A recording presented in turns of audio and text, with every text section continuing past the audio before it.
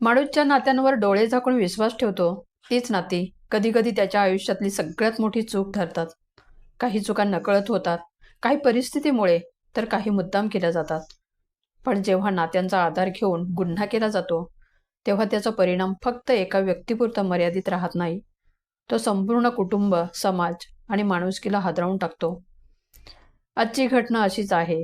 पुणे जिल्ह्यातील दौंड तालुक्यातल्या कठेठाण गावात घडलेली. लताबाई बबन धावडे, वय साधारण 50च्या आसपास, आयुष्यभर कुटुंबासाठी आणि शेतासाठी कष्ट केलेली महिला. कुणाशी वाद नाही, कुणाशी भांडण नाही. गावात त्यांच्याबद्दल कुणीही वाईट बोलत नव्हतं. लताबाईचा पुतण्या अनिल धावडे मात्र वेगळा होता. तरुण, महत्वाकांक्षी आणि गावाच्या राजकारणात सक्रिय. उपसरपंच पद मिळाल्यानंतर त्याच्यात आत्मविश्वास वाढला, पण तो हळूहळू माझात बदलत गेला. आपल्याला कुणी हात लावू शकत नाही अशी भावना त्याच्या मनात तयार झाली होती. अनिलच्या शेतात सतीलाल वाल्मिक मोरे नावाचा मजूर काम करत होता. गरीब, रोजंदारीवर काम करणारा. अनिल जे सांगेल ते करणं हाच त्याचा स्वभाव.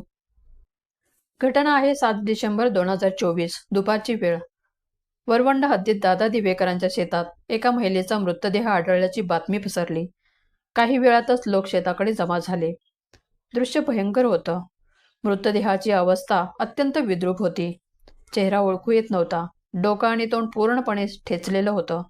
परिसरात आधी बिबट्याच्या हालचाली असल्यामुळे लोकांनी लगेच अंदाज बांधला, हा बिबट्याचा हल्ला असावा. थोड्याच वेळात अनिल धावडे आणि सतीलाल मोरे तिथे पोहोचले. अनिलने पोलिसांना सांगितलं, ही आमची चुलती आहे. बिबट्याने हल्ला केला असावा. वनविभागाला माहिती देण्यात आली. पोलिसांनी प्राथमिक नोंद केली. गावात भीतीचं वातावरण निर्माण झालं. काही लोकांनी रात्री बाहेर जाणंही बंद केलं. या सगळ्यात अनिलला एक फायदा दिसत होता. बिबट्याच्या हल्ल्यात मृत्यू झाल्यास शासनाकडून भरपाई मिळते हे त्याला माहिती होतं. त्यामुळे वनविभागाकडून भरपाई अर्जही करण्यात आला होता. पण काही दिवसांनी शंका निर्माण होऊ लागल्या. अनुभवी शेतकऱ्यांनी सांगायला सुरुवात केली की अशा जखमा बिबट्याच्या हल्ल्यात होत नाहीत. वनविभागालाही संशय वाटू लागला. मृतदेहाचे नमुने नागपूरच्या प्रादेशिक न्याय वैज्ञानिक प्रयोगशाळेत पाठवण्यात आले. अखेर अहवाल आला. अहवालात स्पष्ट नमूद केलं होतं, हा मृत्यू वन्य प्राण्याच्या हल्ल्यामुळे झालेला नाही. डोक्यावर आणि चेहऱ्यावर दगडाने मारल्याचे स्पष्ट पुरावे आहेत. हा सरळ सरळ खून आहे. 3 महिन्यांपासून दोषी ठरवलेला बिबट्या एका क्षणात निर्दोष ठरला. आता संशय माणसांवर गेला. यवत पोलिसांनी तपासाचा वेग वाढवला. धावडे कुटुंबाची कसून चौकशी सुरू झाली. सुरुवातीला अनिल आत्मविश्वासाने बोलत होता, पण पुरावे समोर येत गेले तसे त्याचा तो आत्मविश्वास तुटू लागला. पोलिसांच्या सलग चौकशीत अखेर एका दिवशी अनिलचा संयम सुटला. त्याने जे कबूल केलं ते ऐकून पोलिसही काही क्षण गप्प झाले. अनिल आणि लताबाई यांच्यातील हे संबंध एका दिवसात सुरू झालेले नव्हते. बराच काळ ते सुरू होते. एकाच शेतात काम, रोजचं येणं जाणं, एकमेकांशी वाढत गेलेली जवळीक, या सगळ्यातून हे नातं तयार झालं. सुरुवातीला कुणालाही काही वेगळं वाटलं नाही. चुलती पुतण्या म्हणून शेतात एकत्र दिसणं, बोलणं, कामाची चर्चा करणं हे सगळं सामान्य वाटत होतं. पण वेळ जसजसा पुढे गेला तसतसं बोलणं बदलत गेलं. साध्या कामाच्या चर्चा हळूहळू वैयक्तिक गोष्टीपर्यंत पोहोचल्या. शेतातल्या एकांताचा फायदा घेत दोघं जास्त वेळ एकत्र राहू लागले. उसाचं शेत दाट असल्यामुळे आत गेलं की बाहेर काय चाललंय, कुणी आहे की नाही हे दिसायचंच नाही. हाच एकांत पुढे त्यांच्या गुप्त संबंधाचं ठिकाण बनला. कामाच्या निमित्ताने पाणी सोडणं, पिकांची पाहणी, मजुरांवर नजर ठेवणं, या सगळ्या कारणांखाली ते वारंवार उसाच्या शेतात भेटायचे. हळूहळू हे नातं भावनिक पातळीवर ओलांडून शारीरिक संबंधांपर्यंत पोहोचलं. दोघांनाही हे चुकीचं आहे याची जाणीव होती, पण तरीही ते सांभाळू शकले नाहीत. या सगळ्या काळात सर्वात मोठी भीती होती ती समाजाची. जर हे नातं उघड झालं तर गावात तोंड दाखवायला जागा राहणार नाही हे अनिलला माहिती होतं.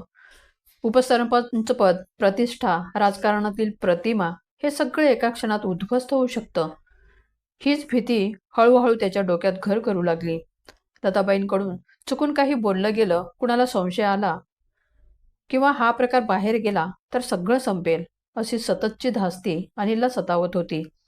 ही भीती इतकी वाढली होती की त्याने चुकीच्या नात्याचा शेवट करण्याऐवजी चुकीचा मार्ग निवडला.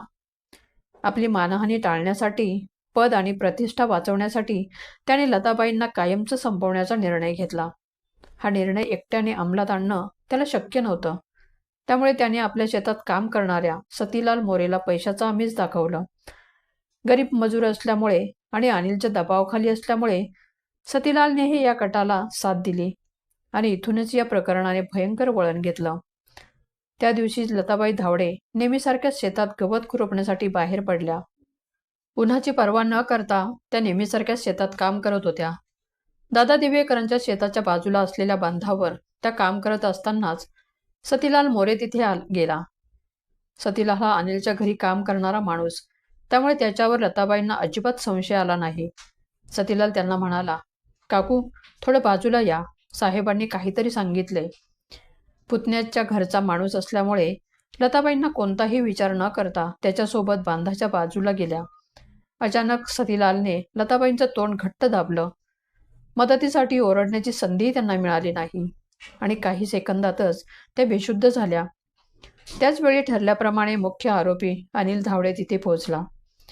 त्या शांत शेतात, जिथे अगदी लताबाई आणि अनिल हसत मिठीत बोलत असत, तिथेच आता त्यांची हत्या केली जाणार होती. अनिल आणि सतीला त्या दोघांनी मिळून दगड उचलले. कोणत्याही क्षणाचा विचार नाही, कोणतेही दया नाही. लताबाईच्या तोंडावर आणि डोक्यावर जबर मारहाण करण्यात आली. काही वेळातच त्या जागी त्यांचा प्राण गेला. नंतर मृतदेहाची अशी अवस्था करण्यात आली की तो बिबट्याच्या हल्ल्यासारखा भासावा. चेहरा पूर्णपणे विद्रूप केला गेला. सगळं इतकं काळजीपूर्वक केलं गेलं की दोष थेट जंगलातल्या प्राण्यावर जाईल, आणि तसंच झालं. पण सत्य फार काळ लपून राहिलं नाही. पोलिसांनी अनिल धावडे आणि सतीलाल मोरे या दोघांना अटक केली. उपसरपंच असलेला पुतण्या खुनी निघाला आणि ज्याच्यावर आरोप करण्यात आला तो बिबट्या पूर्णपणे निर्दोष ठरला. ही गोष्ट फक्त एका महिलेच्या हत्येची नाही. ही गोष्ट आहे नात्यांवरच्या आंधळ्या विश्वासाची, सत्तेच्या माजाची, वासनेंद निर्णयाची आणि भीतीपोटी केलेल्या भयानक गुन्ह्याची. कडेठाण गाव पुन्हा शांत झालं, पण त्या शांततेखाली आजही एक प्रश्न दाबलेला आहे. आपण ज्या नात्यांवर डोळे झाकून विश्वास ठेवतो, ती नाती खरंच नेहमी सुरक्षित असतात का? या प्रकरणात बिबट्या निर्दोष ठरला, पण प्रश्न असा आहे की आपण माणूस म्हणून किती दोषी ठरलो? नात्यांच्या नावाखाली विश्वास तोडणं, स्वार्थासाठी खून करणं आणि सत्य लपवण्यासाठी निरपराधाला दोषी ठरवणं, हे सगळं कोण करतं? जंगलातला प्राणी नाही, तर समाजात वावरणारा माणूस. म्हणूनच ही कथा फक्त एका खुनाची नाही, तर ती आपल्याला सावध करणारी आहे. कारण खरी हिंसा कधी कधी जंगलात नसते, ती घरातच लपलेली असते. हा व्हिडिओ आवडला असेल तर लाईक करा. चॅनलवर नवीन असाल तर सबस्क्राईब करा आणि अशाच धक्कादायक सत्य प्रकरण पाहण्यासाठी नोटिफिकेशन बेल दाबायला विसरू नका. धन्यवाद.